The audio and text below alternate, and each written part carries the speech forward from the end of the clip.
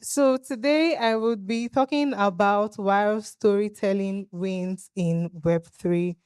So we are all here. Majority of us, some of us here are Web3 enthusiasts. Some of us are, you know, beginners, newbies, while some already, grounded into Web3, right? But you would realize that some form of there's a form of gap between the tech and so this is the tech, and then this is me and you. If this technology is not well explained or simplified to each and every one of us, there's no way we are going to be able to use this product.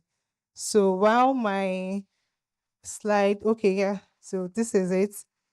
So a brief introduction to who I am. My name is Gloria Echendu. I am a Web3 writer, and I have worked across Web3 projects and marketing agencies. So I can tell from experience what I'm about to say here. So before we start, so like I said, our topic is why storytelling waves in Web3. So simple, just a simple um, highlight. So once upon a time, the internet was just static pages. Then came social media. Of course, I don't know if we all remember sometime in 2000 was is there anybody here that maybe in year 2000? Okay. Yeah. Okay. I'm sure that some people here, eh? I'm sure they are giving birth to some people here as at 2000. Anybody? Are we all Gen Zs? Ah, okay, that's good. Okay, no, thank you. So let's say yeah, 2000. Did you have access to the internet as a person?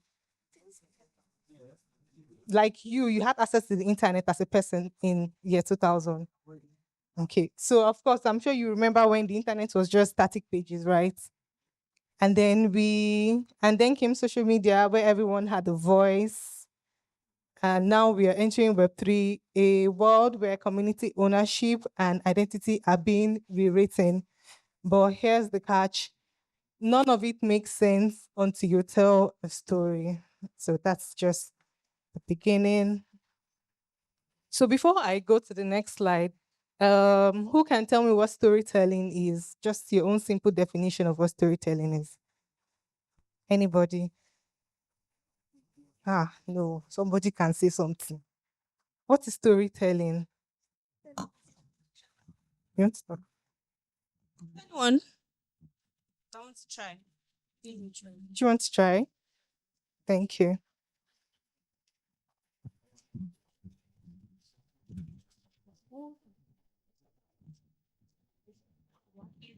All right. GM, everyone. Yeah. From my own definition, storytelling is just a way of putting an imagination out there to someone's mind, whether reality or not. Okay, that works.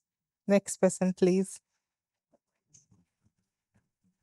Yeah, so I feel storytelling is a way of bringing people into your world and connecting it back to why what's the word now? Bringing people into you. Bringing people into your world, Mm-hmm. right? And connecting them back to how you were able to, scale through. Can't connect it. Okay, I get there's a round of applause to both of them. You did well. Okay. So not just in Web3, but if you look at the likes of Tesla, when you hear the word Tesla, what comes to mind? Elon Musk. Okay. Luxury. What is the product? Somebody said electric vehicles, right? When you hear Tesla, everybody's mind is electric vehicle. Apart from yes, Elon is, who he is. But when somebody drives a Tesla, you're like, the next thing that comes to your mind is electric vehicles. What is the value that Tesla is bringing? So, in simple terms, what Tesla is doing is creating clean energy. So, you may not know, but the petrol that we use to fuel our cars is made with crude oil. It's made from crude oil. And of course, It brings carbon dioxide. The use of petrol takes carbon dioxide to the air.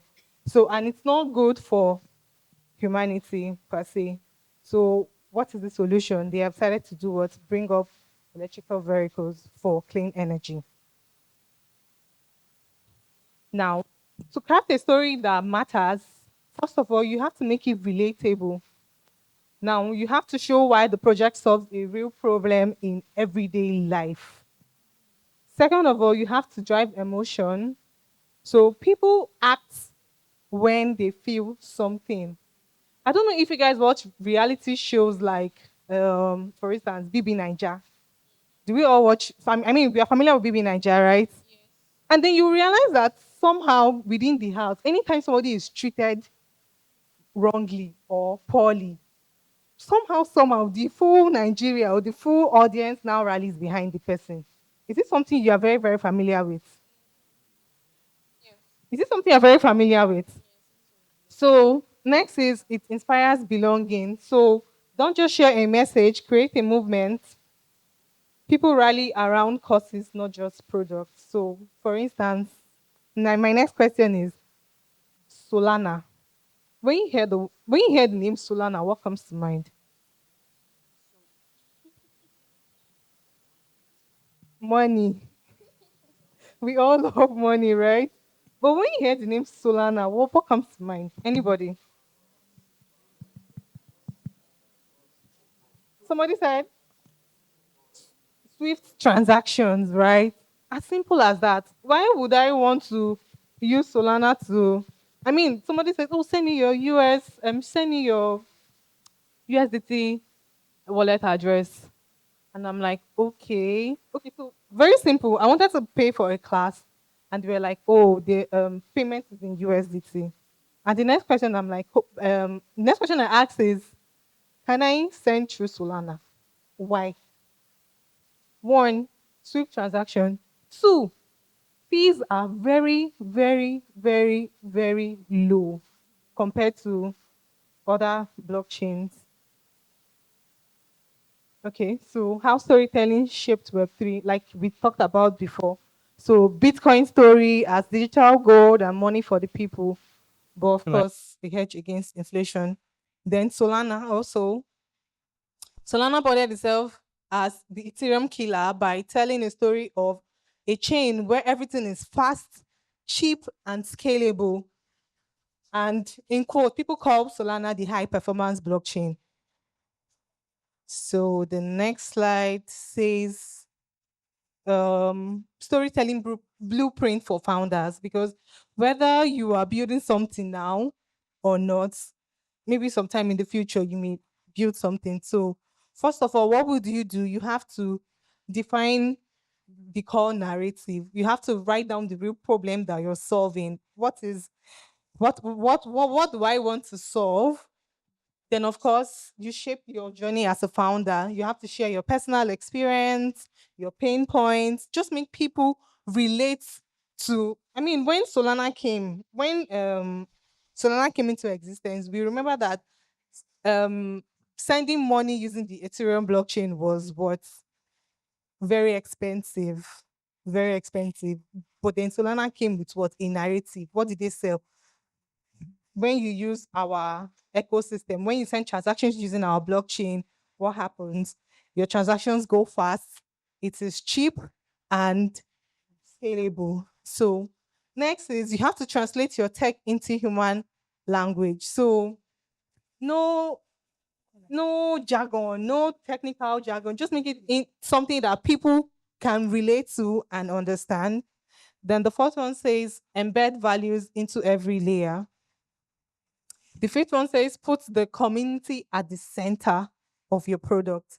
And then the sixth says create shared rituals and symbols. It could be through memes, phrases that are unique to you. The seventh says tell your growth as a story. So no matter the situation or the points you are in your project, you have to, you know, tell your growth as a story. Make it at every point in time relate with your community or relate your community about what you're building and the phase you are at. Then focus on impact, not just features. So you have to ask yourself, what's how will this how will people's life be different with our projects? Then last but not the least is you have to stay transparent and authentic. Very important in this space. Almost done. So you would we all know this guy. What's his name, please? I cannot hear you guys. Steve. Okay, thank you. So what do we know Steve Jobs as? Founder of Apple. Thank you very much. So even as the founder of Apple, that's why I say storytelling works both in Web3 and Web2. Even as founder, is Apple a Web3 company?